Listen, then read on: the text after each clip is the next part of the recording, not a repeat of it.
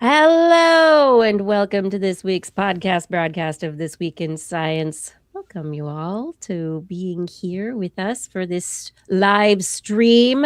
Welcome to being here with us. Yes, welcome. I don't know what accent that was. Okay, but anyway, we're all here. We're going to talk about science. This is This Week in Science. This is the part where I tell you, dun, dun, dun, we might mess up. And if we do, the podcast will be edited for you. Thanks to Rachel. Yes. But otherwise, be here for the mess ups and the science. And ready to start the show, Blair? Yes. And I hope everyone out there is ready to start the show. Click the likes, share the show, get us in that algorithm. Let's go. Ooh, haha, yes. We are beginning this show. Hold on, I'm having a moment here. Aha. We're starting in 3, 2. No, there we go. Yep. This is TWIS, This Week in Science, episode number 1061, recorded on June 3rd, 2026. Science needs you. Hey everyone, I am Dr. Kiki, and tonight on the show, we are going to fill your head with rules, training, and liver navigating. But first, disclaimer. The proposal has been submitted. So many hours we thought it through. We understand it might not land, and although our aims were true, yet an itch won't let me rest, even though we tried our best to explain the idea, the methods, and evaluative schemes. It's possible our words won't screen. Did we mention diversity, or was it all American citizenry?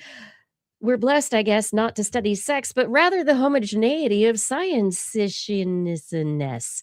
And what if we win an award? What will happen then? Will the money come through? Will the effort be allowed to pursue all the things that it wants to do? Or will this dream be pulled down the drain? We propose you listen to This Week in Science coming up next.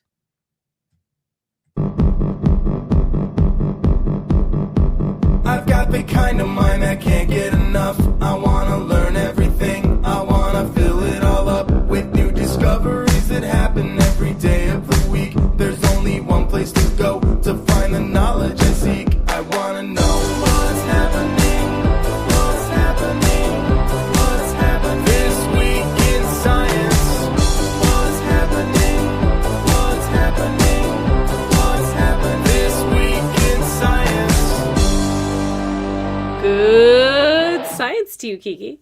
And a good science to you too, Blair, and everyone out there. Welcome to another episode of This Week in Science. We are back again to talk about all the cool sciencey things that happened in the last week. Did you have a good week, Blair? Oh, yeah. How about you? Oh, yeah. You know, just gotta ignore everything going on outside of your immediate life and family. And then it's all fine. It's all good. Yes.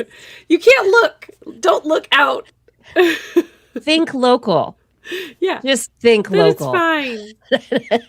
It's fine. Yeah. Unless you live in an area that was recently gerrymandered, then it's not fine if you're having a primary. But you know what? It's all good. We're going to move forward. We did we're all have going a to voting exercise day, right? our Yes. civil rights. I hope. I hope everyone who wanted to was able to, has Yeah. been able to exercise their civil rights. Oh boy, what a time to be alive. And the disclaimer for today was a little bit based on personal experience, and we'll get to that in just a moment with our science news. So, Nice. yeah, I have stories. Oh, yeah, about new rules Oh. that might have to do with government grants, and also bad food quality, bad gut sequencing, Bower bird bonanzas, and an octopus mirror attack. What? Kiki's Animal Corner. I know! I saw the I'm stories and very I just couldn't excited. not. I love the animals. What is That's in great. Blair's Animal Corner? I have DEET. It's always good to have around in certain areas and certain times of the year. This time of year in the Northern mhm. Hemisphere, very much so. Yeah. And then I have some wild pigs and I have pigeon navigation back in the chat. We love the pigeon navigation. But how many wild pigs is it? What was it from Twitter? It was like 52 wild pigs or something. What's this? I don't know what that is. It was an old enjoyable Twitter meme about wild pigs. Yes. So there was a certain number of wild pigs that became the number that we needed to have. But this all sounds very exciting.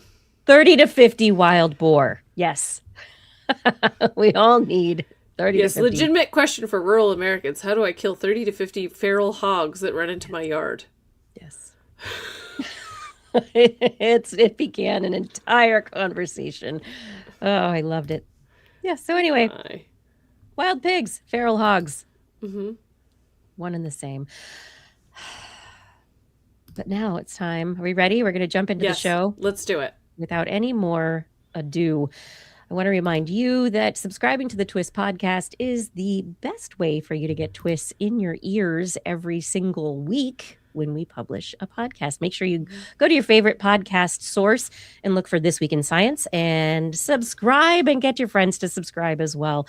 Additionally, if you would like to watch in video or you like putting the video on and listening for your ears, whatever it is, we are on YouTube, Facebook, and Twitch. We broadcast live weekly Wednesdays, 8 p.m. Pacific time-ish, right around there.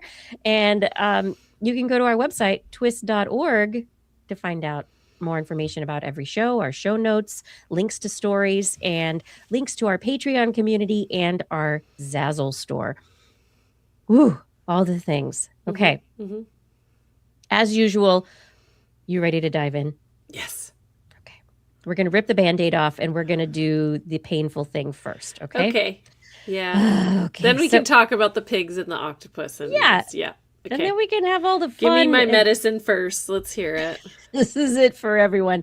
I do really think it's important to keep everyone apprised of what is happening in the national policy sector with regard to science and research and development. Yeah. And so the big news this last week is Russell Vought from the Office of Management and Budget, the OMB, which if anyone saw my social media posts over the week, I was being quick and easy. And my dad texted me and said, "What do you mean? OMB, EO, no jargon." And he was giving me trouble. So I'm explaining myself here.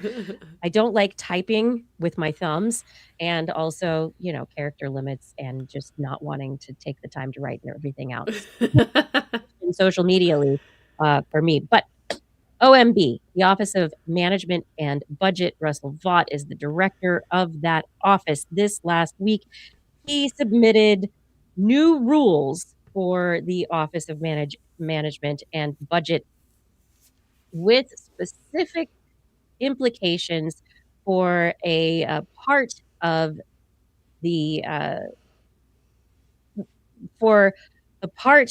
how we fund grants in states. And so there is a specific part of the Code of Federal Regulations, the CFR. And if you ever apply for a grant, which I just did, I just submitted my very first NSF grant as a PI, which is very exciting. I don't know why I did it, just to feel the pain, maybe. But there's a lot that goes into those grants. So for Yeah. everyone who has had to do these forever to try and get funding, yeah, I understand. It's a lot. And to suddenly have your funding pulled away from you capriciously by politicians, it's not just harmful to the science. It dismisses the time and the expertise and the effort that is gone through to procure the funds to make sure that we can properly fund basic science research and eventual development into applications, technologies, applications, etc. Okay, so the proposal from the OMB was new guidance for the federal financial assistance located in Title II of the CFR. And within this change, they initially, in their summary, say, we are doing this, one, to improve transparency, accountability, and oversight for use of federal taxpayer dollars. Two, to clarify status of OMB's policies and requirements set forth in the Code of Federal Regulations, text as an OMB regulation. And three, reduce recipient burden. All of these things, great. It's amazing. And the last time there were changes was just very recently, actually 2 years ago in 2004. And part of the reasoning in that was to streamline processes and to reduce recipient burdens so that the process of applying is actually easier. The process of managing the money is easier. All of the regulatory burdens are reduced so that the principal investigators or people who are principal on the grants can actually do the work as opposed to having to work as hard. So, but anyway, they're still working on it, obviously. That's great. And you read through the initial summary of the grants and federal financial assistance and where the money goes. And while people online have been talking about this specifically impacting science, this applies across all regulatory agencies across the government. So any grant-making organization, any organization, agency within the federal government that gives federal assistance in any way, the small business grants to, food, to housing shelters, like everything is now, if these rules go through, because they're proposed, if they are accepted, this will, in effect, proceduralize the executive orders, the EOs, that Trump has been proclaiming over the last year. So several of the executive orders are institutionalized and proceduralized within these proposed regulations for the OMB. And among those are allowing political appointees to be the only people who review grants and decide who gets the money. In the case of scientific peer review, those political appointees, that peer review can still happen. Those political appointees just don't need to look at it or pay attention to it. It's not important. Why would they want to do that? Why would they? This is like a 300-page document, something like that. It's an 412-page document. It is extensive in terms of the rules and regulations that it proposes. But in effect, what it is doing is removing peer review. It is removing scientific evidence and allowing politics to take over. So in addition to the giving of the grants and how the grants are decided, that process, while currently what happens, any government agency that wants to give out federal assistance, they notify the public with a solicitation. That solicitation has all the rules and tells everybody what to do. And then there's a fair and free submission process for asking for the money. They have suggested that, they might not always need to do that, and that there might be private solicitations that are not actually publicly announced. Mm-hmm. So that the whole transparency and accountability issue, right there, they're shooting themselves in the foot, because basically they said, we might not actually give we'll give grants out, but we might just decide who to give them to Mm-hmm. without actually asking the public if they would like to be a part of getting some of the money that they gave to the government. And then further, they say that at any point, they could just take the grant money away. That if Cool. not just the grantees, the people who have gotten the funding, but the institutions that they're affiliated with and even collaborators that they are working with, if any of those parties are found to be working against the administration's aims, then they can take the money away to be paid back by the To be grantee paid at back. any point in time. This is wild. Yeah, it is. It's so for the last year, we've been talking about, oh my gosh, can Trump do this? Can the executive orders actually put this forward? Can this happen? What they have done is they role played last year. They tried to take money away. They saw what Congress did. They tried to do what they could, and now they are trying to operationalize it Right. and put it into the regulatory doctrine. I don't know. I think, I wonder the same thing I always wonder about these dystopian policies that they keep enacting, which is like, I have no concerns that most of these are going to get turned back around, but what will we have lost? How long will it take to fix? It's just, I think that's the part that's really scary to me is like, I can get through these tough times now, but how long are the ramifications of this nonsense going to permeate through our entire existence? Like everything that they're doing. I mean, if you want to talk about withdrawing funding, I was just learning today about how they're talking about the Department of Education is talking about holding colleges and universities accountable for low earning outcomes. So basically, like anybody in the arts, like anybody teaching people the arts is going to lose funding. Like just, and I understand it. Let's talk meta here, like the real, but the low real earning outcomes, like the real output here that they are playing for is ignorance. That is the goal, right?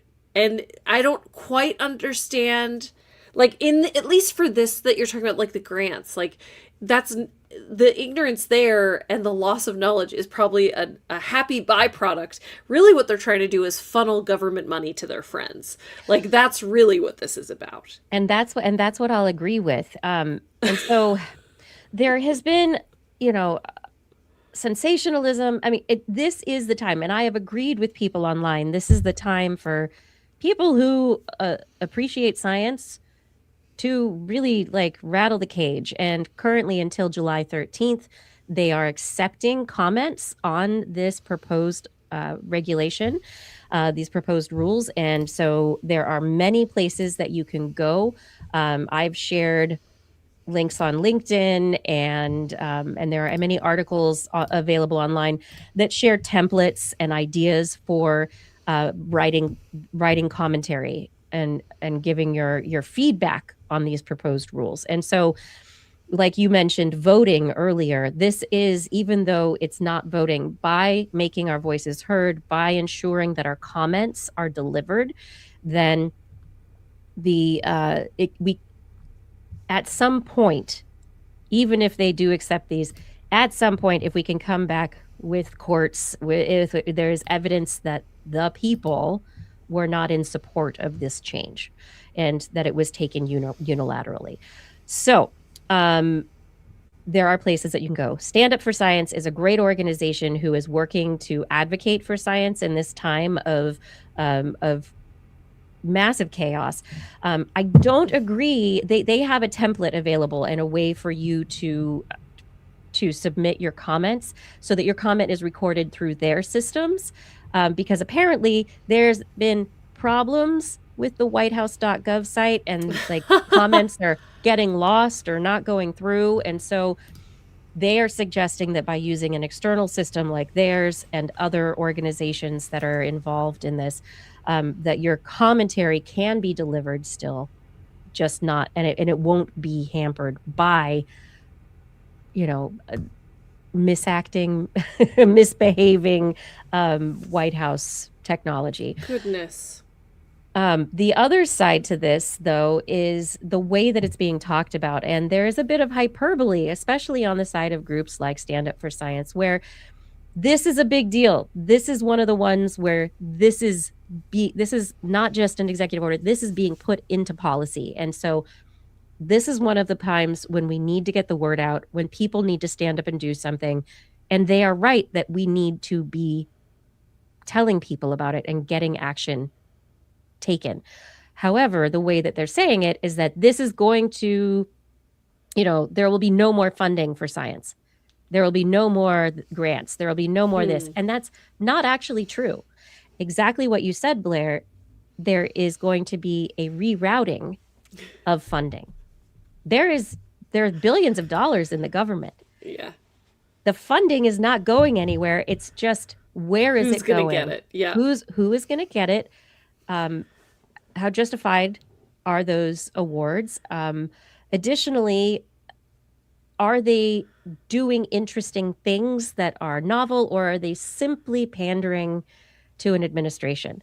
There are some, very interesting, I think, communications points that need to be brought up here, that there are many arguments to be made that the system within the government for granting financial help it's broken. There's so much, like, I just did it. It was so hard. It was so much, and it takes so much time. But these are the things. How can we fix it in a way that's actually sustainable and good for society? Right? As opposed to a new funnel. So anyway. Yeah. I mean, and I'll similar to what I was saying before, like, how is the path back to normalcy going to be forged after this?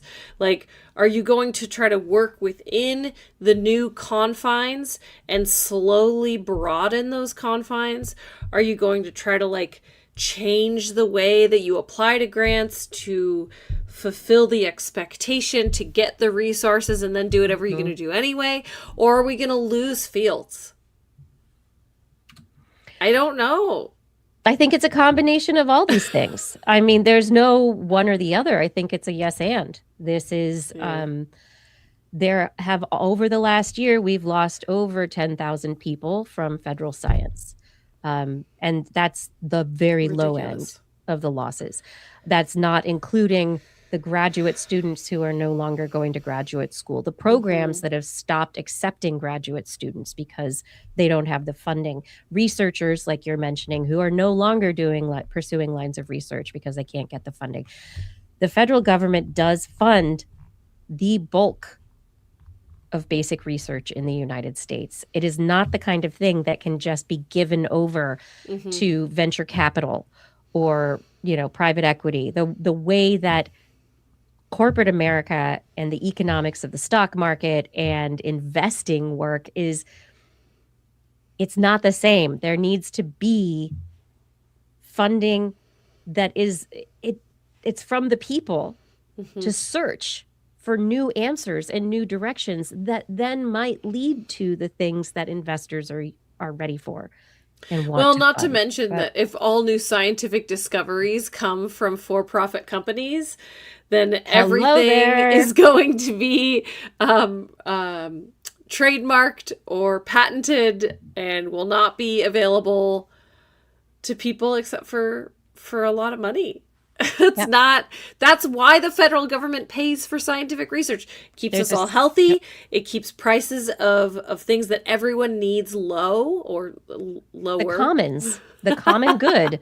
There's something to be said for it. We, as taxpayers, We are providing the funding for these things. And so I think that's the part that's like the most morally reprehensible to me, is that these are decisions that are being made unilaterally for how to spend my money, your money, our money. Mm-hmm. This is not, some venture capitalist who's like, I only want to fund things that follow my ideologies. No, it's our money.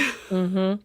And this question from the chat, Radius is asking, how fast are they changing? Do you get to have discussion in the public, or are they changing money faster than people can stop? And for these grants, for the scientific grants that have been unfunded, for the way that they are deciding to shift funding priorities, it is happening very fast. And although they are following the letter of the law with the opportunity for commentary, right now there's not a lot of there aren't that many ways for individuals, researchers, universities to be able to say, hey, wait, why'd you do that? And so there are many people who are keeping records of who's losing what money, where, how much money is being lost. There are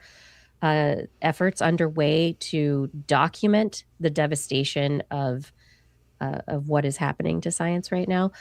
And many things are, and Kevin is saying, as fast as email travels. And that's pretty much it, because sometimes there's no expectation of losing money, and then an email is sent in the middle of the night, and the next day, somebody no longer has money, and their entire research program is done. And maybe that research program was in the middle of a 10-year data collection, right? Maybe it got in the way of some major effort. So there's a lot changing without a lot of discussion. And as much as people are shouting about it, the thing is its legal routes in the future, but those are slow. And that's what we've got. Yeah, I mean, we're really learning how our government works. Well, I was going to say doesn't. specifically, like, how much of our government worked on common decency. Yeah. So much of it was just like, oh, but you'd never, that's uncouth. Like, you can't, and then just everyone's like, what are you going to do? Trying to stop me? You can't stop me. There's no rule. And here we are. Yep. It was gentlemen's agreements, a lot of just, this is the way it's done, but there was nothing written down. And so that's where we are. Yeah. Yep. Oh, but science, it is not going to end. It will never end. Science is going to continue in various formats within the United States, no matter what. There's always going to be amazing news. There's always going to be science globally being pursued for the human benefit, as opposed to some nationalist pride. And I do see that as something that brings me optimism. That science itself we're going over a very big stumbling block in the United States, but it doesn't mean the end of science, And as you said, Blair, it might be hard, but we'll build back, as soon as we get the chance. Yeah. But along those lines, if you want to say something, you should. July 13th is the deadline for commenting, and I shared a link in our chat, and I will share a link on our website. So anyone who is so inclined can make a comment about these proposed rules. Moving on from proposed rules, what about, oh, wait, what? I feel like it's from bloodsucker to bloodsucker, Blair. Yeah. So any of us that have used DEET in the past to keep mosquitoes away, you might be training them to look for DEET to bite. How so? What up? Well, this is a study out of Journal of Experimental Biology. It was a collaboration between some associate professors at Virginia Tech and University of Tours in France. And so the idea, the thing that they wanted to look at was, hypothetically, if someone applies DEET and the concentration fades over time, and so eventually a mosquito manages to feed, could they then associate the smell of DEET with a feeding reward? So to test this, though the DEET is bad for them. Yes. Generally. Yes. Yeah. They looked at the yellow fever mosquito, Aedes aegypti, which they carry dengue fever, Zika, yellow fever, and lots of other kind of terrible diseases that infect tens of millions of people every year. They train the mosquitoes. This already sounds like a bad idea, but whatever. They train the mosquitoes using a form of Pavlovian conditioning. And so they restrained the mosquitoes behind fabric mesh with a bag of warm blood positioned just out of reach. After the mosquitoes began to feed on the blood, researchers then introduced the smell of DEET.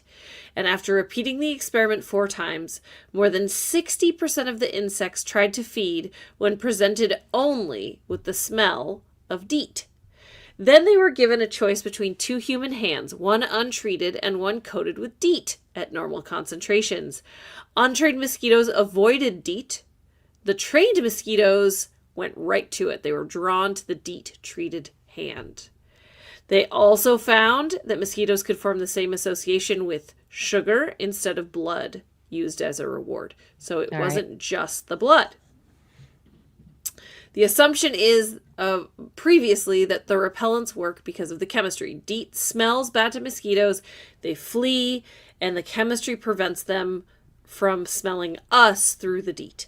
But what they're showing is there's plasticity in the mosquito's brain. So basically they could rewrite the response based on experience. So they're saying, okay, we're not saying don't use DEET at all. What they are saying, because it saves lives, okay, especially if you're going into one of these areas that has these deadly diseases. And however, increasingly southern areas of the United States because of climate change. Yes. Sorry. But if you are using it, there are some things to consider. Instead of applying a lot all at once, apply regularly so you have a continuous concentration on you, continuous protection. There isn't a moment where the DEET is less strong and then they can jump on you, because not only then they can get past it and get you sick, but you're accidentally conditioning wild mosquitoes to smell out DEET. They also said that part of it could have to do with treating clothing. So I know that is a really common practice, is to treat your clothing with DEET. But DEET concentrations in fabric decline over time. So if you buy fabric that's supposed to have repellent in it, or if you treat the fabric yourself, similar to your skin, it needs to be treated repeatedly. And there's not really good studies on how often to do that or anything like that. Not to mention that different fabrics have different responses to DEET. Whereas, generally you can say human skin is human skin and the bottle will tell you how often to reapply. But fabric has so many different variables that it's really hard to be consistent with the concentration and the response that the mosquitoes might have. So you could actually be making it worse. So treating yourself, they're saying, is better than treating the fabric. So I mean, they're basically just saying like mosquitoes are smarter than we thought. Their opportunity, I know it's like the classic thing, right? But there are opportunities how long have we been training them though? Exactly. I know. So DEET is supposed to be the best repellent, but have we actually made it the best attractant now? Right. Because people have been using it for so long. Well, and I think there's also, I know, in my experience, people are always saying like, but DEET, like the chemicals are so strong, it's not very good for you. You're not supposed to use it very often. So that's my other thing is, if that's the kind of narrative that you're given, are you not using it enough or often enough? And is that making it worse, right? So that's part of like, if you're going to do it, do it. It's if you're like in a place where sunscreen, yes, right? exactly. Yeah. Yeah. Yeah. But the sunscreen isn't going to cause the same problems that treating yourself with DEET is. So you have to like, yeah. So it's like if the mosquito situation is bad enough that you need to use DEET, then use the DEET. Don't do it halfway. I think the half measures are really what I took out of this. But I also just thought it was funny that mosquitoes can learn, and they used a Pavlovian experiment design to see if they could get through the DEET to the blood. Pavlov's vampires. Yes, exactly. Instead of just Pavlov's dogs. Pavlov's blood-sucking mosquitoes. Yeah. Oh my gosh. But now I wonder about so many things. Like, people have talked forever about Avon's Skin So Soft being one of like the weird natural repellents. Skin So Soft is a repellent? I think it was Skin So Soft. Am I wrong, everybody in the chat? I don't know. I think that's the I one. only but ever it's like used Skin So Soft for one thing in my whole life, and that was conditioning opossum ears and toes. So I have no reference for that at all. This is coming out of some deep memory bed in here, so I might have gotten it wrong, but I believe that's what it is. But are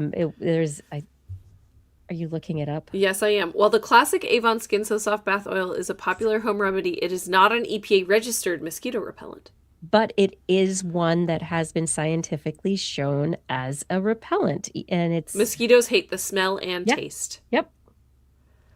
Wow. But I wonder if they hate the smell and the taste. You know how they have like the bitter stuff that tastes like weird bananas or smells like weird bananas to stop you from biting your fingernails? Oh, sure. Yes. Yeah. It's supposed to be that operant conditioning, right? Or the taste conditioning to repel you from that thing. And so if you think people are going to, if they smell like Skin So Soft or like DEET, wouldn't it potentially have that opposite effect if it tastes bad as well because of taste conditioning? Yeah, could be. Yeah. Absolutely. I mean, if you anyway, had that stuff on your fingernails long enough, you learn to like it. Yeah, the taste of that might have a calming effect on your nervous system. It's true. Yeah. It's interesting. True. All right. Well, speaking of mosquitoes, they're just like us. Delicious food, delicious tastes. Do you want me to go on to delicious tastes? Yes. Yeah. So I've got a couple of stories related to badness. It's so bad. It's so bad. But it's good. It's so bad it's good? Yeah. Or it's really, really bad, but it's maybe not so bad for this first story. I don't know. Ultra-processed foods. We've been hearing all this news about ultra-processed foods are killing us. Ultra-processed foods are the things that are worst in the world in our diets. And, oh my God, how could anyone eat ultra-processed foods? That said, and I've had this thought as we've talked about it before, is that ultra-processed foods, there's a gamut, right? There's a wide spectrum of what an ultra-processed food is. Yeah. You can have a sausage that's made with very, very, very good ingredients, or you can have a sausage made with really, really, really, really bad ingredients. Are they the same in terms of their ultra-processedness and being bad for you? So these researchers looked at this question, and they looked at the question of, for these ultra-processed foods, if we adjust and manage the sugar, the fats, the things that are nutrients but bad, if we manage those things, how does the impact of the ultra-processed food actually change? What do you think happened, Blair? I don't know. Thanks for playing. I'm sorry. It's fine. Tell me!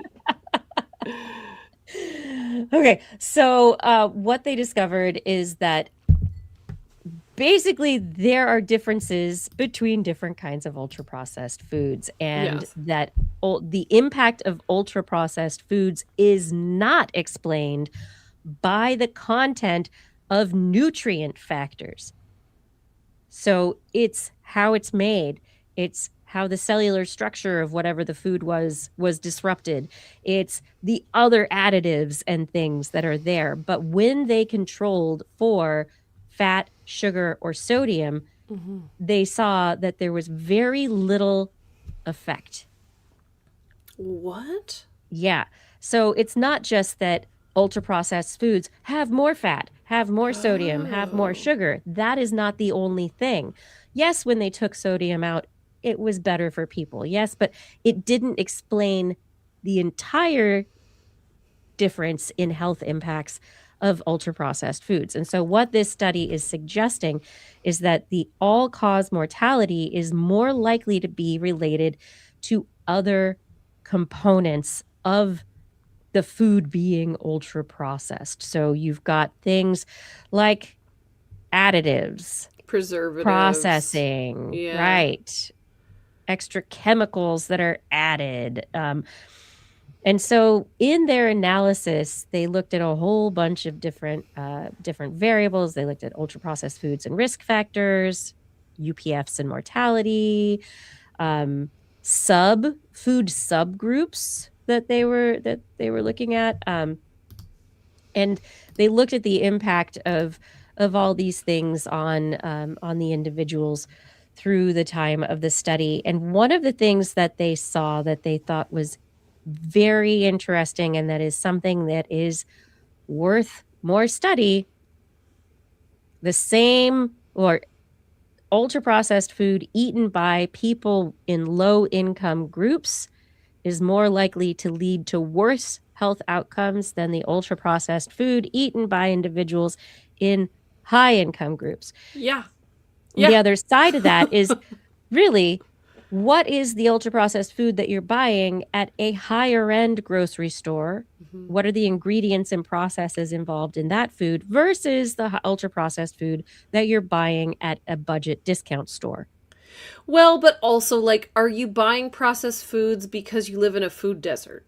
There's that. Yes, that as Or well. do you So live how right much next of to your a farmer's diet? market? So Yeah. you're going to eat your ultra processed food as a treat, but then you're going to have your fresh fruit and vegetables tomorrow. I think that's part of it too, is like, you're not often having like a whole spread of wonderful whole fruits and veggies alongside your ultra processed food too, right? So like there's not a lot of pairing. Right. So that also means if you're eating the ultra processed food, like that's your meal. Your meal is the processed food. It's not, I'm going to have some French fries and then I'm also going to have a salad with like grilled chicken on top. Like people do that, but generally that's not how ultra processed food works. I also wonder if part of it has to do with the pure volume, because a lot of ultra processed food is addictive. And a lot of it is preserved. So no current states, according to this study, have included nitrite preservatives as part of ultra processed food definitions. Nitrites are widely used in processed meats. And processed meats are usually more associated with the higher blood pressure, BMI, etc. They're also, one thing I think that is really interesting here, they say our new findings support the need to consider ultra-processed foods separately from traditional or conventional nutritional criteria. Like basically they're saying ultra-processed foods, we shouldn't count them as food anymore. We can't look at it in the same way as we look at regular food. Because of the additives, It's a because separate of everything. food group, basically. The way they said it is like, it doesn't count. We can't, it doesn't go with conventional food. It's not food. So Kevin Reardon has a really good question in the chat. Has anyone defined ultra processed food? So like, what does that mean as opposed to just normal processed food? Yes, so it is defined, and let me see if I can It is defined, yes. But I am Okay. not saying, I don't have the definition right in front of me at the moment. So let me see what I can do on finding that. But there is a definition as to, it's not just bread, I think. Okay, so ultra-processed foods are characterized by industrial processes and additives uncommon in home cooking that alter shelf life, flavor, texture, fat content, or production costs. So what's normal processed foods? Right. So, you can have pasta, which is processed I see. Yes. It's dried. It Yeah. has a stable shelf life, but it hasn't been there are some pastas that are ultra processed because they have had additives put in them to ensure that they will be shelf stable for longer, or to, put other things in them for dietary factors. We're talking about bread from the bakery versus, no shade, like Pillsbury crescent rolls. Right. The ingredient list is a little different. Right. But even those Pillsbury crescent rolls, if you are buying them in the you bake it yourself kind of way, it's not going to be as highly processed as some crescent rolls that you buy in a box on the counter that are going to sit on your counter and not mold for 3 or 4 weeks. That's a big question.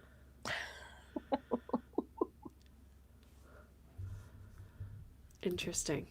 Yeah. So it's the idea of the ultra processed food are the ones where, we have created sausages and meats to preserve meat, for a very long time. But some of the ways that those processes happen are more intensive than others. But yeah, I think that it's vague, and I think that in itself is very difficult. But it's, I think, a very interesting question. And I don't know, the big point here that they brought up, maybe we should look at it completely different from how we look at food. maybe it's not the same as conventional food at all. Yeah. Yeah. I mean, I don't even know how that would work. Basically, it's ultra processed food. It's not even, it's like a lollipop. The nutritional value is negative. Right, but that's the thing that they were saying, is that it's not always just totally negative. It's just that there are these other factors that we do not understand that have made the food negative. Where if you have the same ingredients, just without all of those other factors, it's actually a fine food. That the nutrients, they work. Right. Yeah. So what do we do with this information? Just don't eat the ultra processed food. Easy for some than others. Yeah, easier for some than others. And that, like you mentioned, food deserts. It's impossible for some people to be able to manage. Yeah. To get away from them. And that in itself that's a social problem. That's our society not taking care of ourselves. And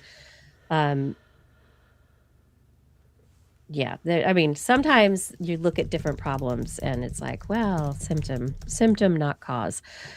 And I bet a lot of people, if they could have healthier ultra processed food, they'd be totally happy with it. Or if they could eat less of it, they'd be happy with it. I would just like it if my FDA actually gave a toot about my health, and it doesn't have to be no processed, it doesn't have to be no chemicals, but I would love to have more expectations for managing what goes on the shelves in the grocery store. Because generally speaking, I think I speak for most people when I assume if I see a food on a shelf, I assume it is fine for me to eat it. Right, it's being sold. Right? That is the point of my government, is to No, make it's a sure that free people country. aren't selling me poison. No, people should be free to sell poison. No, I'm kidding. I didn't mean to say that. I mean, that's not what I mean. But there are people who believe that the freedom should be not just in the choice of the product, but in the ability to have a business and sell whatever product. And so I think there's a balance, and that is the balancing act that our government, when it comes to public health, has to manage very carefully. What did you say there, though, that struck me, though? You said, I lost it. My brain disappears sometimes. But That's okay. yeah, being able to take. Oh, that was what I was listening to NPR this morning, and there was an interview with someone who's involved in this work, and there apparently is it's a time right now when the research, the evidence is in place to suggest that, hey, these ultra processed foods are bad. And there is enough public opinion saying we don't want to eat the bad food. We want to be healthy. Yeah. And there's federal, like there's policymakers who want to do the work to help. And so there seems to be a time right now where perhaps we'll see ultra processed foods or ingredients in ultra processed foods being regulated more carefully or judiciously for public health. And so that is the big question. Yeah. Is it going to be, oh no, you can't buy your sugar pop bomb donut thing because it just is a full food that's ultra processed, or it has 3 ingredients that we no longer accept? Yeah. Right. Yeah. So there's, how is that going to work? We did make food before without all these ingredients, is all I'm saying. And we still do now. It's just so hard to find. I think that's my frustration Oh my is like, gosh. there's so many, like, I can't even tell you the number of foods I've eaten recently where I've tasted it and gone, this tastes different. And I look at the label and all of a sudden there's all these new multi-syllable chemicals that weren't in there before, instead of just chocolate or something like that, right? And you're like, oh, no wonder this tastes weird. I guess I'm not going to buy this anymore. And it's like exhausting, because a lot of the time it feels like a cost saving measure, because they can create things in more bulk because they're more shelf stable, or because they're just plain cheaper than the real thing. And that is something that actually recently happened in a chocolate candy product that a company had, where the family shifted, the ownership shifted, and they decided to do cost saving measures and shifted away from real chocolate to some of these things. People didn't like the flavor, and now they've backtracked so that they're going back to actually using a real chocolate ingredient again. And I just want to, as we always say on this show, just because something has multiple syllable chemical name, that doesn't mean it's bad. It doesn't mean, and sometimes it's just the way that the part of the ingredient is being listed. Right. So no shade on the chemical nomenclature within your ingredient list. It's just how it's used and how it's applied and what's going on there. Yeah, and just sometimes you have a very simple thing like cane sugar, and it's been replaced by 6 other things. And I think even just the number of ingredients is something that I look at way more than the number of syllables and words. Really good point, Kiki. I think it's the number of ingredients, as I'm looking for a short list. Because I shouldn't need to buy something. Mole. Yes. I shouldn't need to buy almost anything that is a food product that has more than like 10 ingredients in it. I really shouldn't. It's possible, guys. It's possible. We used to do it. It did cost more money to make the food. But, I think that's part of this larger conversation too about like profit margins and things like that. Everyone's just trying to squeeze more and more profit out of everything that they do. And it's just, it's exhausting. It's exhausting being the consumer. Yeah, you're having to pay attention. You're a consumer, not a customer. It's back to this whole thing again. Is that they're no longer trying to serve us. Yeah. We have to consume what they provide. It is a completely different relationship. And it's exhausting. We could change it if we wanted to. That'd be great. Yeah. Okay. So moving on from the bad food quality in the ultra processed foods, let's talk about bad guts. Yeah, I have one of those. A lot of people do, and irritable bowel disease is something that millions of people around the world deal with, Crohn's disease, ulcerative colitis. This is chronic inflammation of the GI tract. And according to a press release about a study from Nature, over 4.9 million people worldwide suffer from irritable bowel disease. And I'm gonna guess it's probably even more than that, because you're not even talking about people who've never eaten cheese before. But what is it that leads to the irritable bowel? Researchers in Nature just published their study on cell type resolved genetic variation. And so historically, people have gone in, they do a whole body genome assay. They do an assay of the microbes in your stool samples, right? They do a tissue sample, a biopsy from your gut. They've got all these measures that they've done so far to figure out, okay, what is it that's leading to the IBD? What is it that is leading to people having these inflammatory bowels? And for the first time, they were able to do a study where the samples they took were specific to cell types. They were able to map genes across cell types to be able to identify specifically the disorders or the misbehavior of certain cell types in certain situations. So they had what they call EQ2Ls, cis expression quantitative trait loci, across 2.2 million single cells. This was with intestinal biopsies and blood from over 400 people.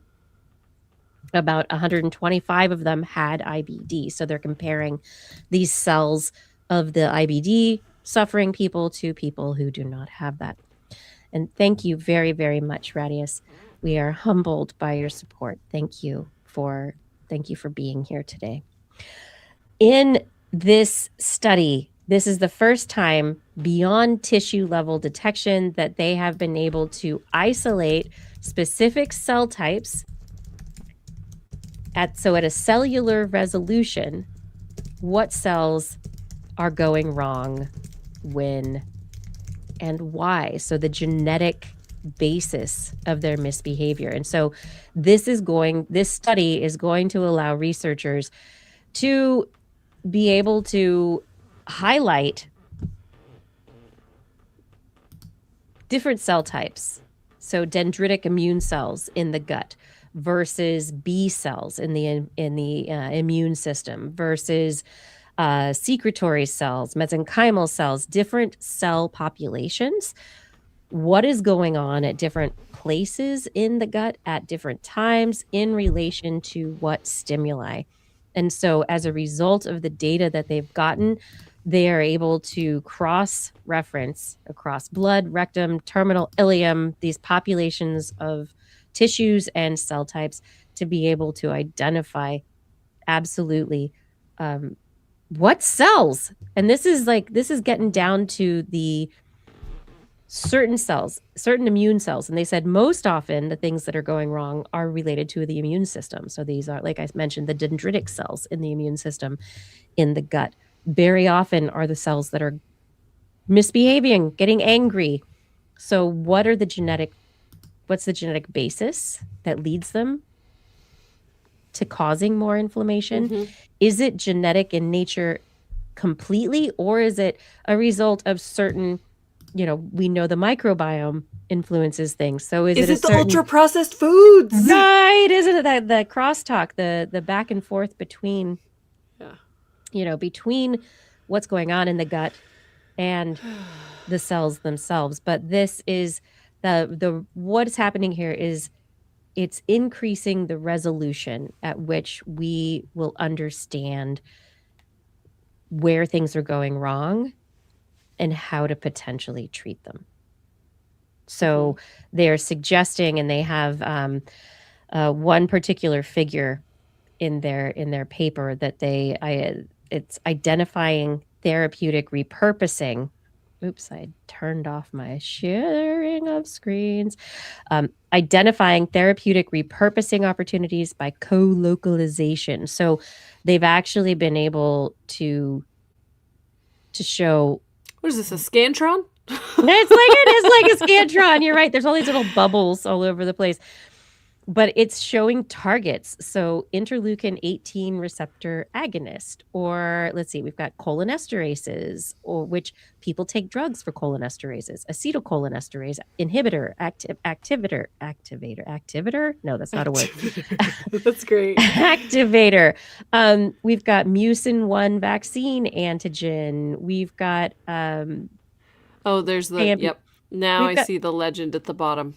Vitamin D receptor agonist. And so we've got the genes that are responsible, the cell types in the tissues, and the disease groups co-localizing so that we can actually begin to specifically target the specific cells that are causing our problems.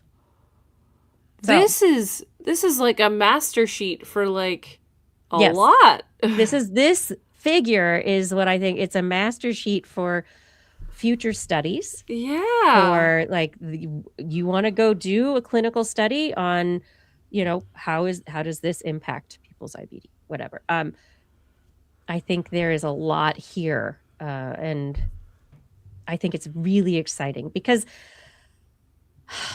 when your gut isn't happy, your body isn't happy, your brain isn't happy. If we could, so many people could be so much happier. It'd be so amazing. Man, so yeah, we're getting much closer to the just like, hey, it's time for your annual physical. Let's sequence your genome. And then go through and let me know which of these things are bothering you today. And you can be like, great, you're going to do this for this, and you're going to do this for this. And it's going to be like so much more targeted. I'm pretty excited for this piece of future medicine. I think it will be so nice because, you'll really be able to know, well, this particular drug doesn't tend to work on people with this genetic marker, so we're going to use this drug instead.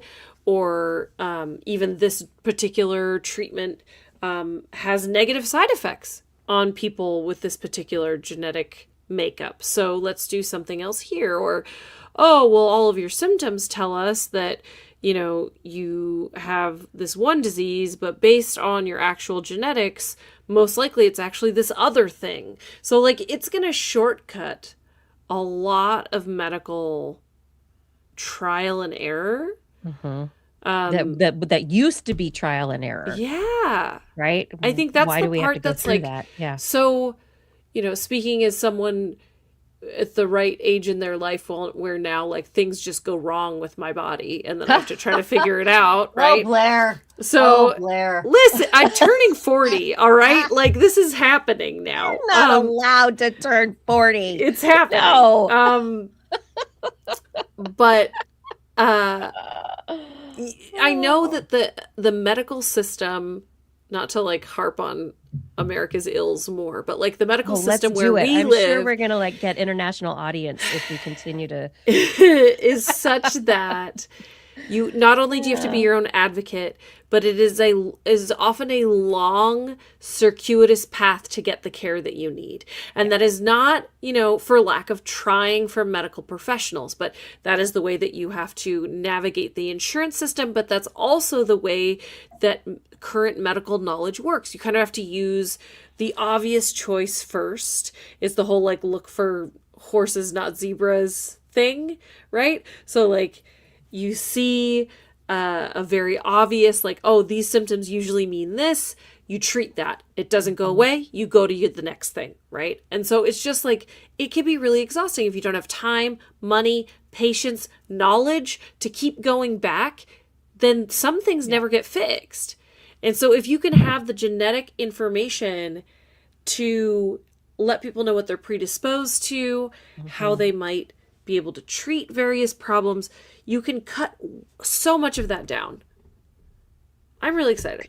You can cut so much of it down. And I think, the symptoms are one thing, but like you said, the genetic aspect, as we get deeper and deeper into this is where that personalized medicine actually starts coming to a real benefit. Because you suddenly go from your random, like, 23andMe genetic assay from 15 years ago that said, oh, you have sticky earwax. Like, what am I going to do with that? Okay, whatever. But because of certain single nucleotide polymorphisms, that suddenly, because of research like this, where it's finding single cell correlations between dysfunction and genes, suddenly you have a connection. And so if we can get that information and actually use it in a way where it's not abused by corporations, but actually helpful to individuals, right? Then, I think we're on to something. And you could know whether or not you need a vitamin D supplement versus acetylcholinesterases, right? There you go. Yeah. Yeah. Yeah. But anyway, the future, I think, is going to be bright. And this study itself found many novel correlations that had never been seen before. So that is in itself I'm very excited for that. Incredibly exciting. This is This Week in Science. Thank you so much for joining us for another episode. I hope you are enjoying the show and the stories that we're bringing, the conversation that we're having. And if you're enjoying what we bring to the show this week, please make sure that you're helping to support us. Continue the show, so that we can keep the show going in an ongoing fashion. Make sure we can pay the bills and keep the lights on as we try to talk about science in a human way week after week. We are not recorded. We are not algorithms. We are people who are discussing thoughtfully, compassionately. We have human questions and human ideation. And isn't that something that's good to support in this day and age? Head over to TWIS.org, click on the Patreon link, become one of our monthly or even annual supporters there. There also is at TWIS.org a PayPal link if you'd like to donate through PayPal. We also have our Zazzle link if donating isn't your thing, but you'd like a new shirt or mouse pad or towel for your summer beach adventures. Head over to TWIS.org. That is where your adventure awaits. And of course, sign up for that newsletter that will be coming someday. And now it is time to head on over to that next part of the show that we love to call Blair's Animal Corner. She loves our creatures, great and small. Biped, millipede, no pet at all. If you want to hear about animals, she's your girl. Except for giant pandas and squirrels. There's Animal Corner. What you got, Blair? I have wild pigs. Wild pigs, 30 to 50 of them. Yeah. So wild pigs are pretty much universally considered some of the most problematic invasive mammals that you could come across. I know that when I went to New Orleans and I did a swamp tour, I've done one a few times now, and every time they talk about how, it's so fun. That's awesome. Oh, yes. How the wild pigs are causing these problems. And then I also know that in the park system that I currently work in, we have, I think it's a hybrid of pigs and wild boars that are causing problems in the parks as well. And so it's a very common thread of just like, we got to do something about these pigs. I mean, very similar to the tweet. And so it's generally considered that they're terrible for the environment. They tear up the ground. They create mud holes where there aren't supposed to be them. They just kind of clear cut everything by eating everything. They're kind of foraging in the dirt. So they're moving stuff around, and it's just, they're bad news, right? And so there's they're different cute. And I mean, Princess Mononoke, they're part of They're very, ecosystems. so sometimes they are, but on. we're talking about invasive ones, right? Okay. So Feral hogs. not wild boars that are part of the historic Right. ecosystem, Okay. right? These are invasive animals, a lot of them hybrids. Okay. But they're very cute when they're tiny. When they're adults, they can actually be really dangerous. They can like dent car doors. They can send people to the hospital. They're huge. They're heavy. They have sharp teeth. They're aggressive. So there's lots of concerns there. I know also they can like get into people's campsites and completely ruin their campsites, right? So that's generally the expectation. However, I wanted to bring this story because it's really interesting. This is a kind of a weird reversal, because they looked at 68,000 forest plots and then all across the United States, and combined the plots, the information on the plots with like the native and non-native plant species found there, with data from Snapshot US 2021, which is the largest annual national mammal camera trap survey in the United States. So camera trap information with these forest plots. And what they found was that the deer actually had less native plants than the boars and pigs. That's because deer are selective feeders. They prefer certain species, which are the local species. The pigs will eat anything. They are rooting through the soil. They are eating whatever plants. They are eating other food sources. And so what they found was that actually the space with deer had more invasive plants, greater invasive plant diversity. The areas with the pigs had fewer invasive plant species and greater numbers of local plants. The best explanation for this is that their rooting behavior and their broad diet created a disadvantage for invasive plants, but that, you know, the native plants were able to cope with it.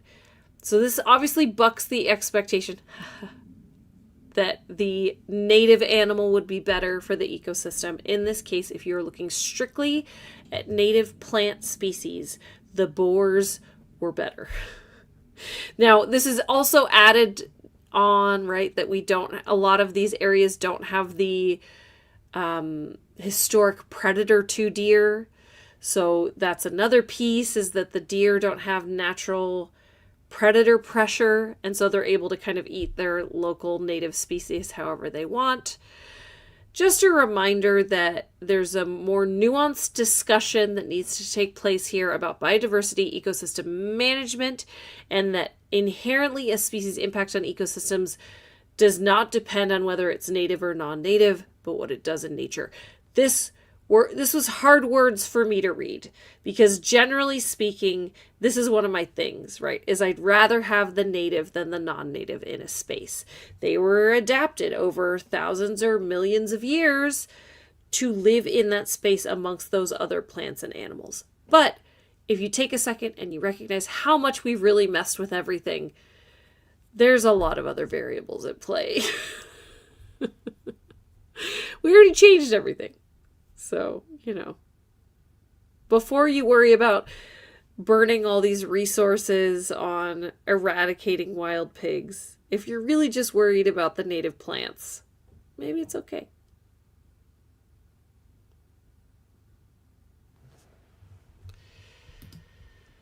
Ooh, I lost Kiki.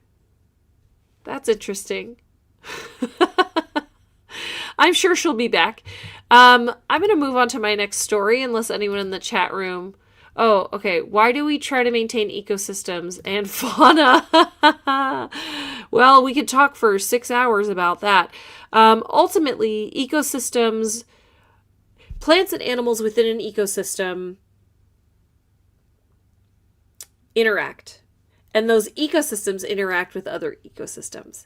And it's not to say that we don't want anything to change, but it's more that the the time it takes for the planet and associated ecosystems and biomes and all these sorts of things to adapt to new variables, to new plants, to new animals, to new climates. It takes time. And unless you're curating it all, like it's a zoo exhibit or a garden, then you want it all to kind of interact in a way that is harmonious and balanced. Like there needs to be a balance in the energy that flows through a space, right? So in order for that all to happen, then you can't upset things too dramatically too quickly. So I think that would be my argument for why ultimately you want to keep ecosystems like they are, is because you're trying to maintain the balance of energy flow in a space. Because if you completely upset that, then you're likely to have what is essentially ecosystem collapse.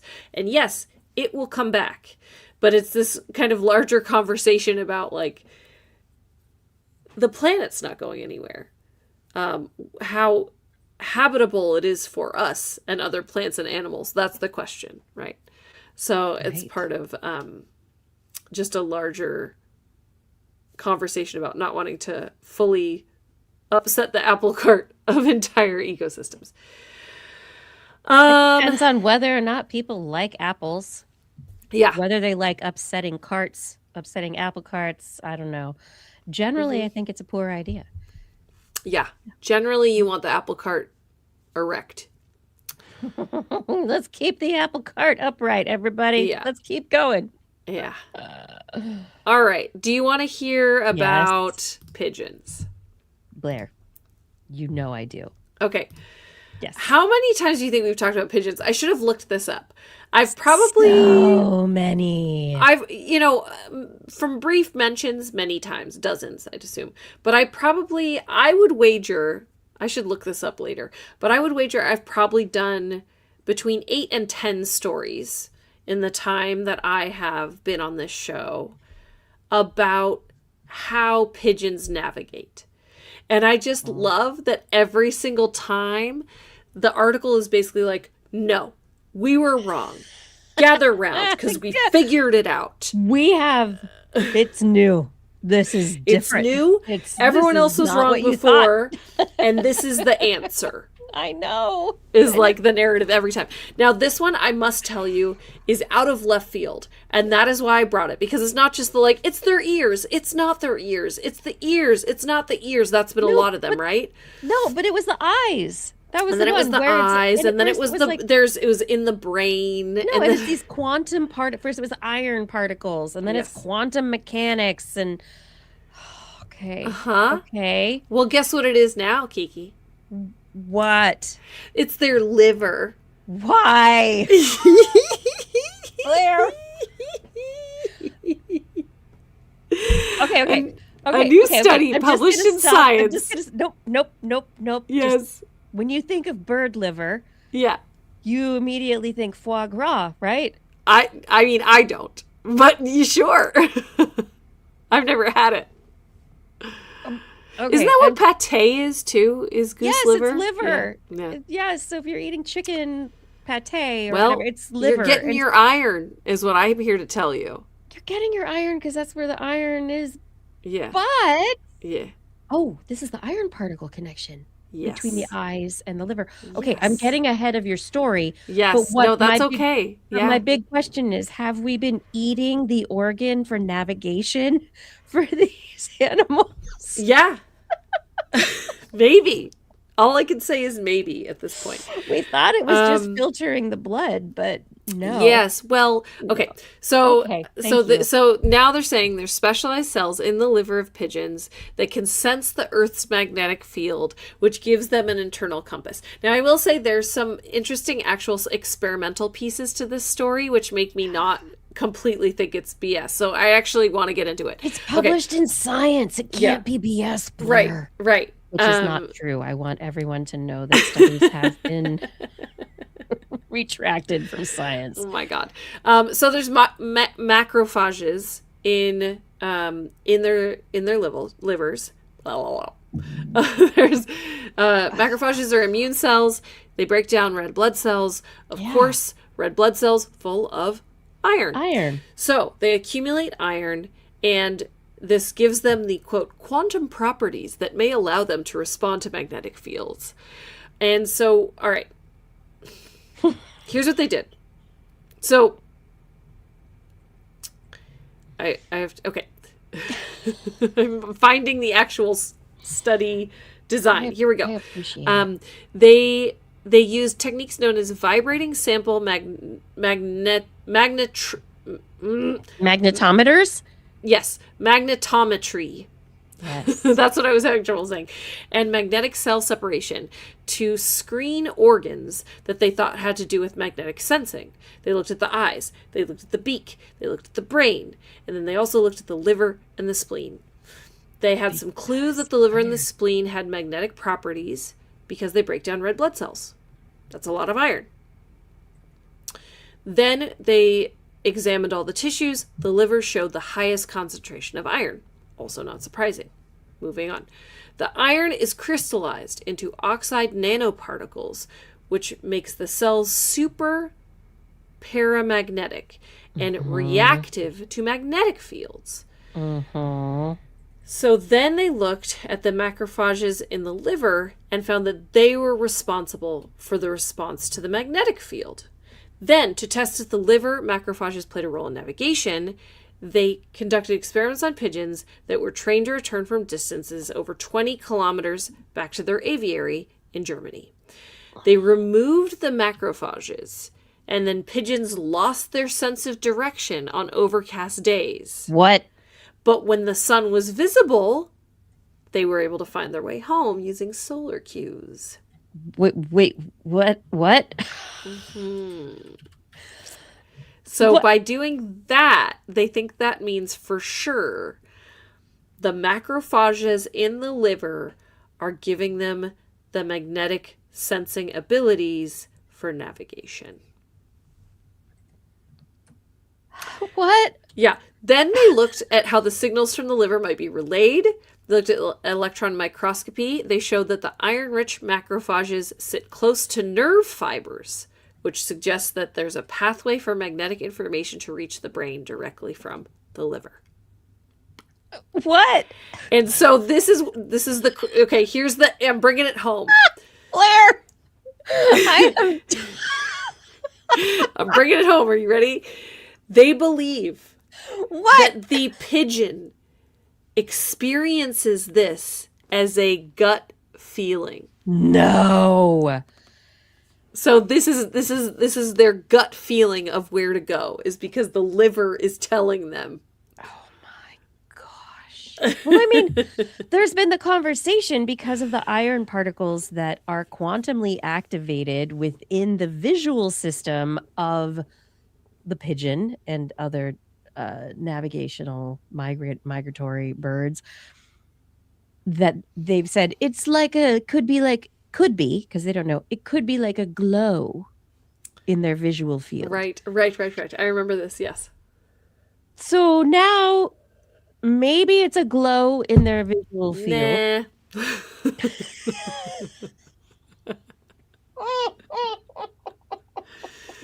And maybe it's just their liver telling them where to go, pulling them along. I liked that they were able my to God. actually experiment and see if the pigeons could find their way home without the macrophages. So I thought that was neat. I mean, that's incredible. I mean, that whole thing. I don't quite Who kno- understand. I feel like I What? need hours Why? to understand how. Why? They don't understand how. They just found something that when they removed it, Yeah. it was correlated with a loss of ability. That does not mean that they themselves are part of that signaling path. I mean, they're part of the signaling pathway in Yeah. a way, but Yeah. but we don't know what part of the Right. pathway they are. Yeah. So the macrophages could be a limb, right? But it's enough of a limb to completely disrupt the pathway. But Yeah, good point. I'm glad you brought that up. That's totally true. what? But I like to think Why? it's the liver. That's hilarious to me. It's like full Like, of liver is the iron. Liver's the food that your dad gives you with bacon and ketchup and onions when you're growing up poor in the country, and you're like, why do I have to eat this? It's disgusting. And your dad's like, yeah, it is disgusting. It's just your body's filtration organ, and that's all. But Meanwhile, now, I'm thinking about how I've been giving my kid the like Gerber oatmeal, which I'm sure you remember that there was this full of viral liver. thing that it was full of iron, and people were taking magnets and being like, look at all this metal in this oatmeal. oh, I've done Like, that this is- experiment. It's so Yeah. fun. But I Yeah, did it with the actual breakfast, the flake breakfast Yes. cereal, and it's really awesome. But it's a different kind of iron. Yes, well, and It's everybody was elemental like, iron. everyone was like, this is poison. It's like, no, dude, it's No. fortified with iron. Can you read? Now, people can read, but they don't know. So we have to help them understand that this is not a bad thing, and the people on the social medias are telling them stupidity. Sensation. Meanwhile, hey, Yeah. birds navigate with their liver. How's that for sensation? What? Yeah, that's what I have for the animal corner today. You're Blair, I'm welcome. not coming back from this one. It's I have two fine. great stories to follow you up, but Yeah. I am extending the animal corner. Yes, bring me I am. bowerbirds because I have not heard about them in so long, and I love them so much. I love the bowerbirds. Okay. So anyway, there's beautiful pictures in this pigeon study. We've really Yeah, pigeon livers. pigeon livers. Don't eat foie gras unless you really like it and you're French. Everything. Well, and also maybe comes don't with because I caveat. think it's pretty terrible how they make it. But But that should, eat your ultra processed food if you want. I mean, that's I mean how it is for the animals in the process. I know. It is like ultra bad processing Yeah. of animals. Terrible. Okay. Moving along. Bowerbirds. Yes. We have heard a lot about the blue bowerbird. I believe David Attenborough a couple of decades ago, before he recently turned 100, a couple decades ago, in a documentary, he talked about the blue bowerbirds and how the male of the species will find blue items with which to treat the female of his species to a special date. He will build a bower. I don't know what the words he said, but anyway, Well, the my bowerbird, favorite thing Yes. about the bowerbird is they that build a bower. Like they build a big bower, but it thing out of was sticks. very early on in my run in the show. I brought a story about how they actually use size to their advantage to make. I think it was to make them look bigger. Or to make the bower look bigger. I can't Yes. remember. But So they they basically use have- like optical illusion. Yes, so there's an area around the bower that they've made so that when the mate sees them with perspective. So if you've ever gone to the city and they have, the artists that do the weird perspective chalk drawings on the sidewalk where, oh no, I'm going to fall into a pit. No, you're not. It's just a chalk drawing on the sidewalk. But because of the use of perspective, and the bowerbirds do that same thing. And that's the story that you were talking about back then. Yeah. And so the bower looks huge. And they look huge, but it's all about where they place themselves and those little, not just the bower. The other aspect to the bower is it's decorated. Mm-hmm. So they build a structure for their love. And around it, they place gifts. The blue bowerbird is more likely to choose blue items. Mm-hmm. Yes. The blue bowerbird loves blue, loves all sorts of blue things, whatever. Bowerbirds in general, though, the species, they have this bower habit. And they grab all sorts of stuff. And this study, published in Royal Society Open Science, looked at the bowerbirds, city birds versus country birds in Australia. So the study is University of Exeter, and they looked at items collected by bowerbirds in Townsville City and a rural area in Queensland, both of them in Queensland, Australia. And so they were looking specifically at these bowers that are built by the males of the species and what the males like to grab. What do they like to pay attention to? And so in this study, they have a whole bunch of sites. Really, the idea is because they're grabbing all sorts of stuff, a lot of it is human trash or just human offal. And so what are they grabbing? Is it more likely to be grabbed if it's human in origin or not? Where does it come from? And the researchers in this study, they basically published and they said, city birds pretty much only use human stuff. The rural birds, of course, they like to use, all of them use whatever they can get their hands on to create their bowers. But the rural birds, if there is no human stuff nearby, the rural birds are going to grab mostly green leaves, green bits of grass, like lots of nice green colored things, other colored things they can find. But if they can find other colors and other decorations, they will look for them. And so, of course, the urban environment has more colors and more fancy, shiny things. And so you find more colors being used within the urban environment than in the rural environment. Moving on from there, the researchers were like, okay, what are they using? Well, in the urban sites, they use a lot more red. There's a lot more red in what they find. But beyond that, they found that those birds really, really like shiny human things. Shiny! Like basically, the shinier, the better. So plastic, basically. Plastic? Yeah. In one instance, they actually found the bowerbirds had found and were tossing around handcuffs. So it doesn't have to be plastic. Shiny is really great. They love shiny, but colorful. And so because of the colors, they definitely use a lot of red materials, or a lot of green materials, but red is more of a choice. And so I think this is really interesting. Especially, they didn't look at the blue bowerbirds, which have focused specifically on that color blue. And so this is really interesting, just trying to figure out the influence of the environment on the choices that these birds are making.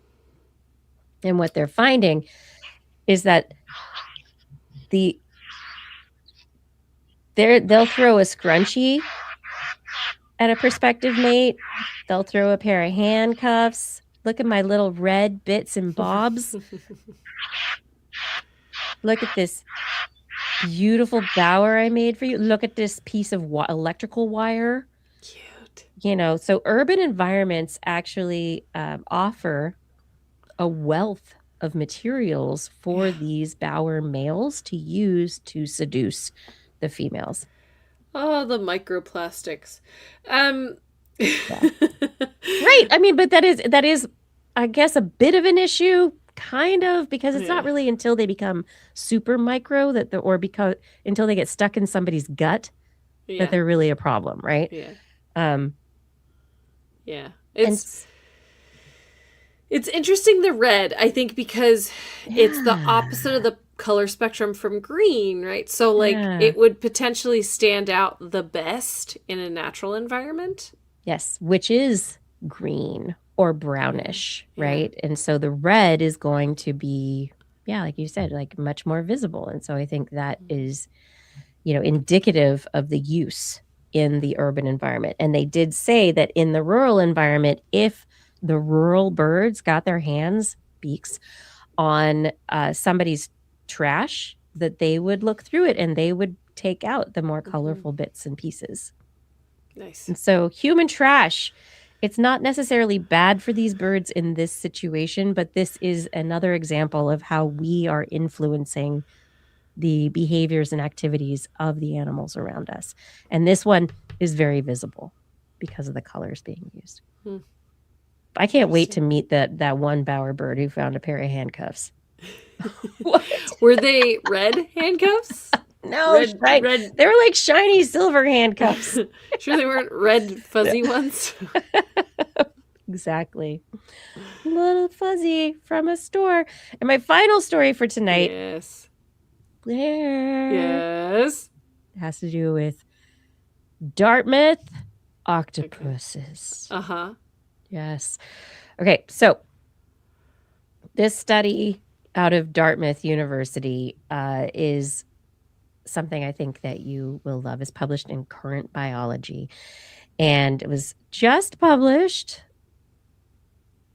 Researchers, we talked about the beluga whales last week and the mirror test. This is not a mirror test, but it is a mirror test. Okay. So in this study, researchers put mirrors in the octopus habitats. Let them play with them, whatever. Figure out that, okay, this mirror is not me. They taught them what a mirror is for. And so they started putting fake crabs behind the octopuses, the activities, put the fake crabs behind them because the octopus hunts using scent. And so this mirror test would not work at all if it were a real crab. So fake crab trained the octopus to understand, if I go for the fake crab, I will get a real crab. So there is a treat involved. Crab treat. Yes. So mirror in front of the octopus looking into the mirror, fake crab behind the octopus, reflected in the mirror so that the octopus could see it. 73% of the time, the octopuses turned around and went for the fake crab to get the real crab treat.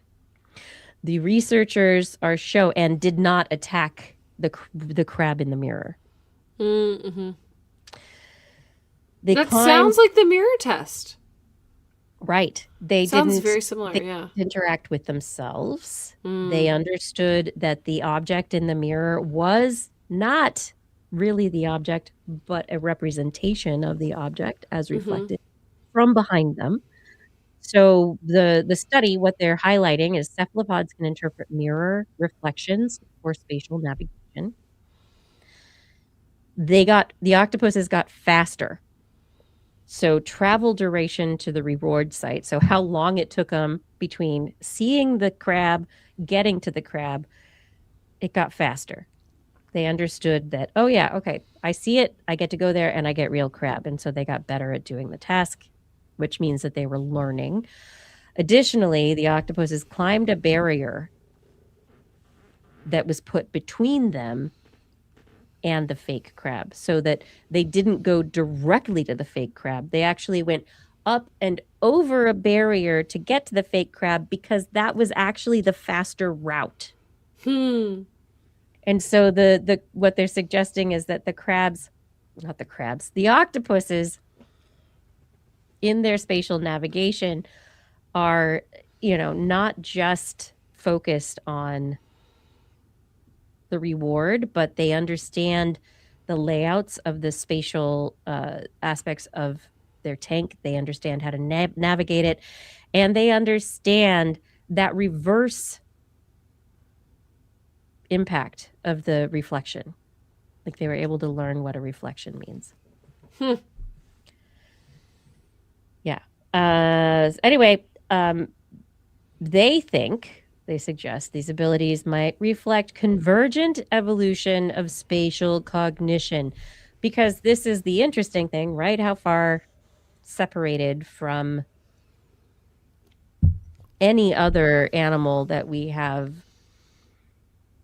I don't know. I think this is the weird one. Spatial cognition. So how do we, like, what aspect of spatial cognition? Because, mammals can navigate spatial environments. They have cognition, planning, aspects of understanding the environment, but so do birds, so do reptiles, so how far back do we go? Yeah, this feels a little tacked on. Yeah, that little bit at the end, I'm like, Yeah. well, yeah. But what do you think, Well, Blair? we're at it. Octopuses are really smart. This is not that surprising to me, but it's really cool, I would say. I think that also because, a reminder that octopuses can match their environment, both texturally and visually. They can make it through puzzles. They can remember things about a puzzle space. So we know there's lots of spatial awareness already. And I think that it makes sense that they'd be able to, first of all, they have complex eyes, right? So they can they can just basically see very well.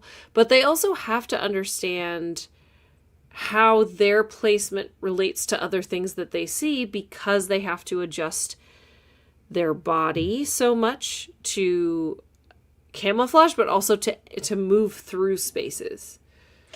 I imagine, like, the way that birds must have spatial cognition because of the fact that they fly, right? The way that they understand space is inherently different than the way that we understand space. And I think the same thing can be said on an entirely different level about the octopus. Because of the way that its body inhabits space. It probably has a spatial cognition, 3-dimensional, 4-dimensional, similar to us. At least in a evolutionary context. But I wonder how different it is based on the contortions that their body can undergo. Who was it? What animal was it that they did through an AI trying to figure out if it would be able to fly, even though it's an animal that doesn't fly naturally? Do you remember that? Oh, yeah, no. Well, that was a couple weeks ago. Right. That was one where let's simulate a fly brain. A worm. Wasn't it a worm? It was a worm. Yeah. Yes. So yes. And they're like, I was thinking about this fly. Because I also was like, recently having a very heated debate with Brian, my husband, about if people always are picking like which superpower you wish that you had, like that classic question, if you could have any superpower, what would you have? And a lot of people pick flight. And I was like, well, I feel like our brain wouldn't be able to handle that because it's like, and then we got back into this whole thing that you and I were talking about with the worm, because it does your brain hold the capacity to handle the spatial information needed to be able to fly in 3 dimensions. Like, that's tough stuff. But I think that the worm did. Apparently. Yeah, the worm did. So you know what? Maybe humans could. But the octopus has to move through space in 3 dimensions. They have to change the shape and size of their body. They have to change the texture of their body. They have to change the color of their body. They have to squeeze through spaces. They have to use their tentacles or their arms to feel, to retrieve food. Like, there's all this sorts of crazy stuff that they do that requires command of a space in a way that we can't even begin to imagine, I think. Yeah. But it's more just like, remember, there was an octopus that was smart enough that figured out that they could use their siphon to spray water to short out an electrical panel to escape. So, like, octopuses understand a long series of cause and effect. So all they would need to do is look at this mirror, move their body a little bit, see how their movement moved in the mirror, and go, okay, this follows this particular rule set for movement. Therefore, that thing that I see in there is here. So I think that it's a perfectly reasonable expectation that they could, but that doesn't mean that this study isn't also super interesting and it also needed to be done. Yes, exactly. Like so many studies were like, oh, okay, finally somebody did that. Okay, duh. But at the same time, this one I think it's important in the process of that understanding. Yeah, I would argue this is less of a duh and more of a, oh yeah, that makes sense. Of course. Yeah, right. Oh yeah, that tracks. Yeah. Anyway, octopuses, they can use mirrors. Ugh, I love it. So that's going to be fun at museums from now on. Yeah. Have we done it? We've done it. It's time for bed. Yeah, we made it to the end of another episode of This Week in Science. So much fun. I loved having so many good Animal Corner stories tonight. That was fun. It's fun playing Animal Corner. Now for the whole family. Yeah, fun for the whole family. Animal Corners are great until you have, what was it, traumatic insemination. Oh my, that's a blast from the past. Haven't talked about that in a while. Obviously, you haven't found any studies recently that have brought it out. So I think definitely would have. I think science is lacking. Apparently. Yeah. I wonder if that would get a study flagged by the current administration. Oh man. I hope not, because that's just good science. Gotta tell you. Oh, it's time for some shout outs. Thank you everyone for being here for another episode. It's always so great to be here and talk with Blair, but at the same time talk with all of you in the chat room and to be able to know that you're listening and that we're having a conversation, that we're all in here together. So thank you for being in the chat rooms. Thank you for conversing. Thank you, Radius, for that donation during the show. Absolutely, absolutely appreciated. And thank you to a few people who are very, very special to the show.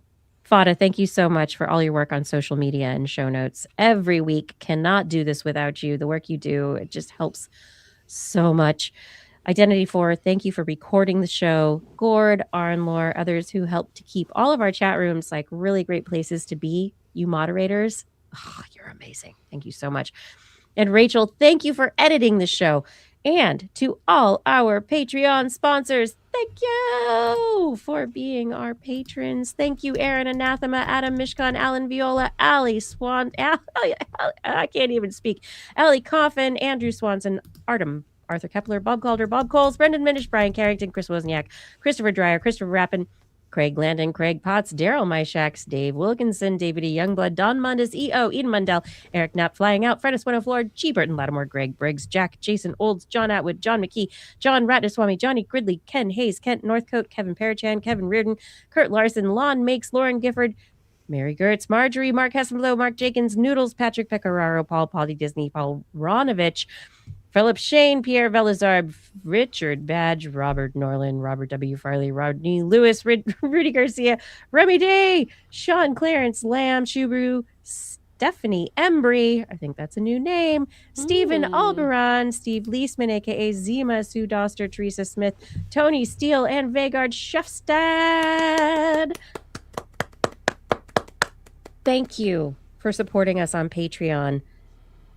If anyone out there, if you want to help support the show on Patreon, head over to twis.org, click on that Patreon link. And if you want me to mispronounce your name at the end of the show, make sure you are a $10 and more or more a month supporter. And more is good. And more. Yes, and more is always better. Yes. We always have good links at twis.org as well. But, oh my gosh, Patreon is where it's at. And on next week's show, we will be back on Wednesday at 8 p.m. Pacific time, broadcasting live from Twitch, YouTube, and Facebook channels. And if you want to listen to us as a podcast, make sure that you look for This Week in Science wherever podcasts are found, wherever you like to find your podcasts, and get your friends to subscribe as well. For more information on anything you've heard here today, show notes and links to stories will be available on our website. That's at www.twis.org. You can also sign up for our newsletter. which will come out someday because Someday. I really think about it a lot. Like on a weekly basis, daily basis even. I think about it. Oh, we love your feedback. If there's a topic that you'd like us to cover or address or a suggestion for an interview, please let us know on one of our social media channels or send us an email. Just put TWIS in the subject line so your email doesn't get spam filtered into where, Blair? Episode of This Week in Science from April 2012 when I first talked about magnetic fields. There were over 25 episodes about magnetic fields that we have talked about. That's amazing. Yeah. So it'll go all the way back in time. There. Unless you label it properly. Put TWIS in the subject line. And we look forward to discussing science with you again next week. If you've learned anything from the show, remember, it's all in your head. This week in science. This week in science. This week in science. This week in science, it's the end of the world. So I'm setting up shop, got my banner unfurled. It says the scientist is in, I'm gonna sell my advice. Show them how to stop the robots with a simple device. I'll reverse global warming with a wave of my hand. And all it'll cost you is a couple of grand. 'Cause this week's science is coming your way. So everybody listen to what I say. I use the scientific method for all that it's worth. And I'll broadcast my opinion all over the earth.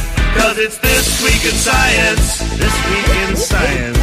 This Week in Science. Science. Science. This Week in Science. This Week in Science. This Week in Science. Science. Science. Science. I've got one disclaimer and it shouldn't be news. That what I say may not represent your views, but I've done the calculations and I've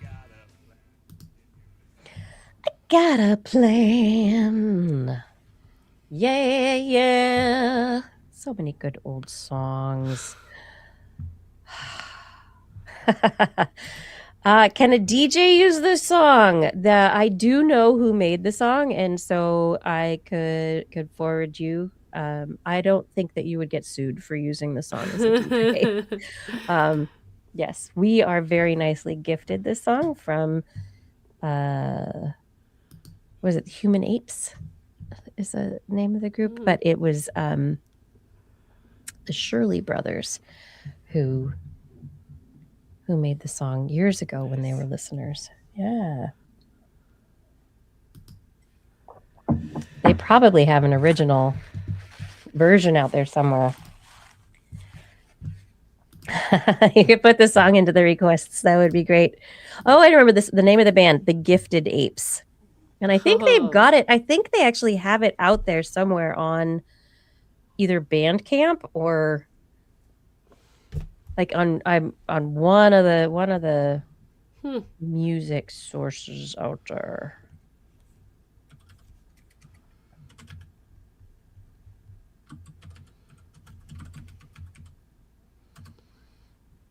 Maybe they did Spotify. A song called World Robot Domination.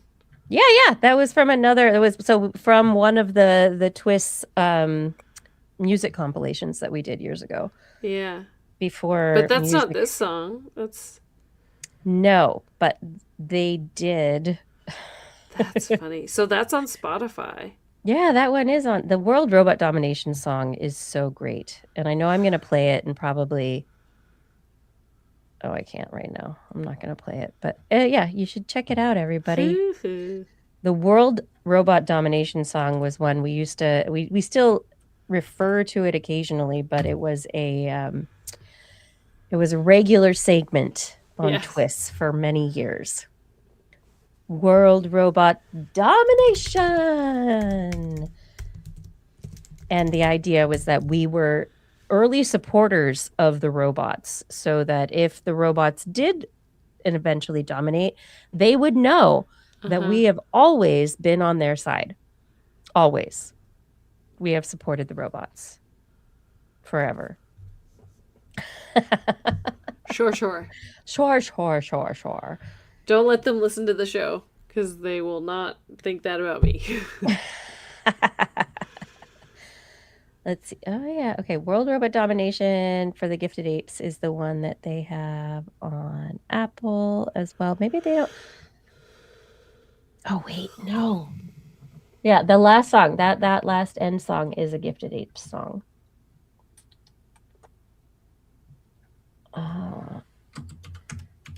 One of the last places that I found it was MySpace.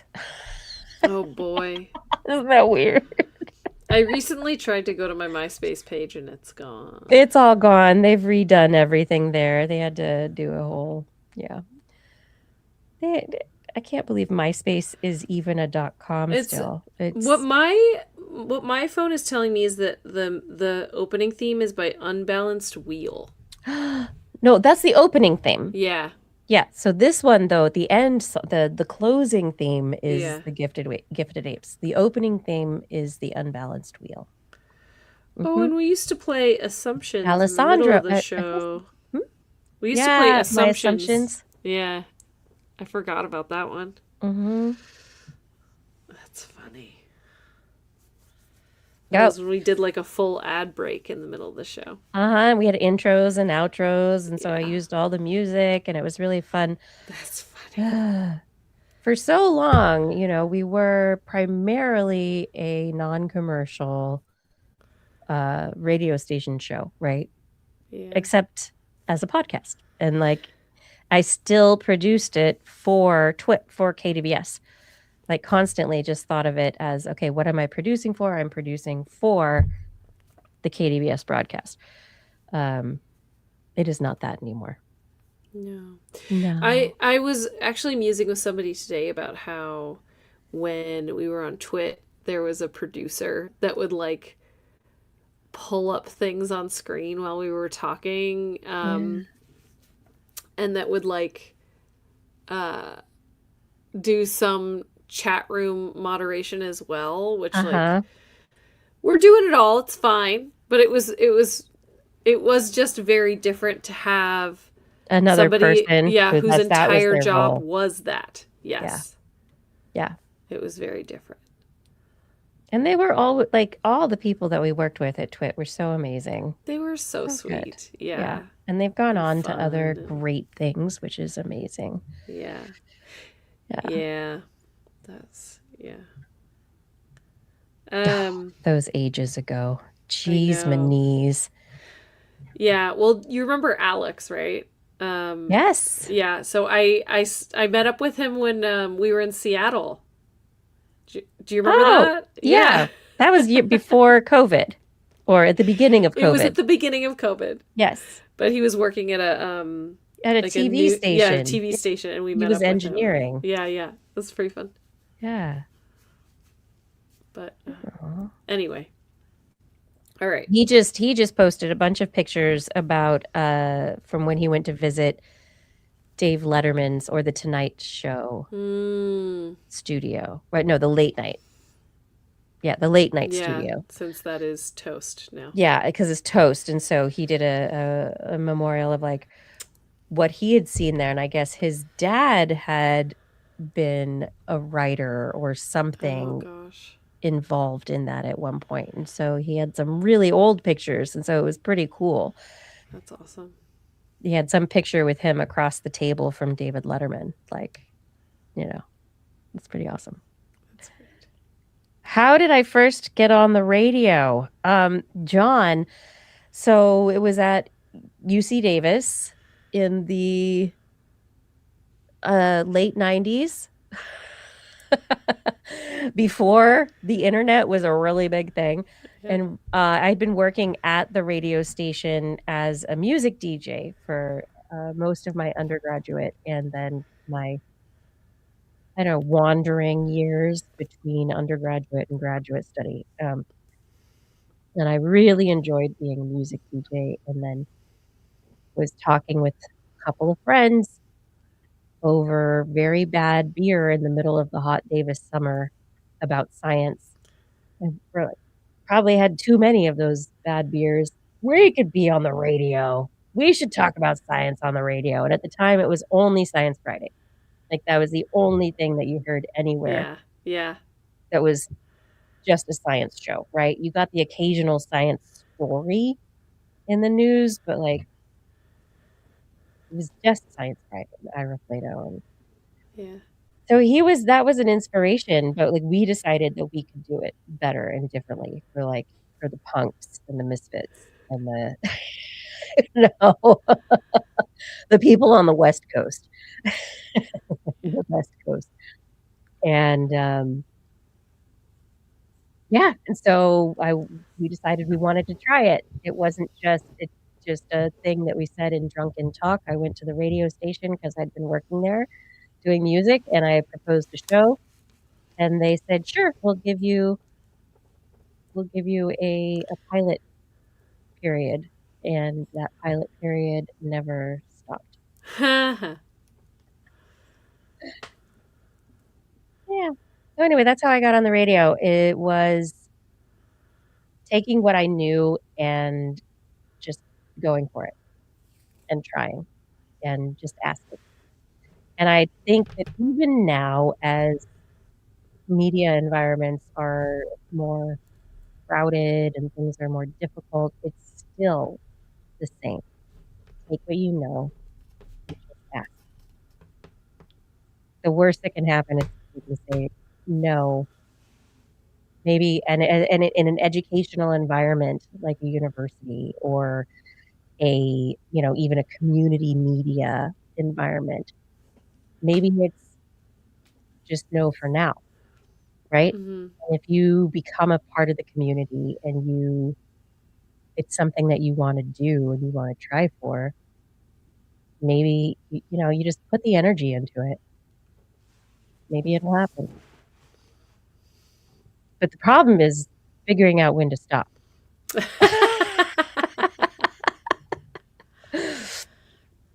I don't know, everybody. I mean, you're going to be seeing me like, what am I? I'm going to be like 75 on here. Like, hey, everybody, let's talk about science. I think why it'll not? be interesting to see how everything changes. Like, it's already so different from when we started. Yep. It's funny. I mean, I think it's things like every time a story. So like for me recently, a few years, it was the James Webb Space Telescope, right? Because I was like, I remember when they first started talking about that and I started covering it, and I covered it every time there was a news thing. It was one of the things I covered. I had, 20 years of covering that before it freaking launched. And now I'm like, oh my gosh. When we were in Baltimore, we interviewed somebody who worked on it. Yeah. And it was like far off from happening still. So far off. Yep. And then, you mentioned the magnets in the pigeons. Yeah.